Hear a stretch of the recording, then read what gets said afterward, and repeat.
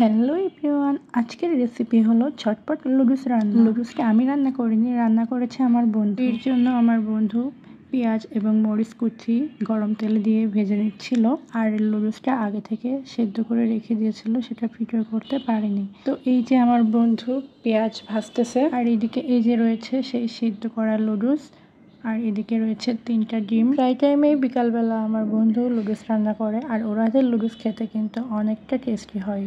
তো রান্না করার মাঝে এই যে আমাকেও দেখিয়ে নিলাম বন্ধুর সাথে, ও রান্না করতেছিল আর আমি ওর সাথে মজা করতেছিলাম। তো এরপরে ডিমগুলো পেঁয়াজের মধ্যে দিয়ে দিল, তারপরে এটা ভালোভাবে নেড়েচেড়ে আর একটু ভেজে নিচ্ছিল।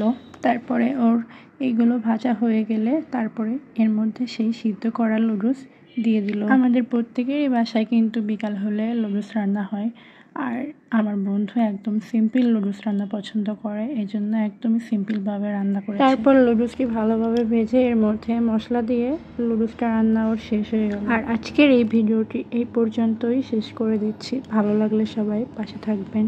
টাটা।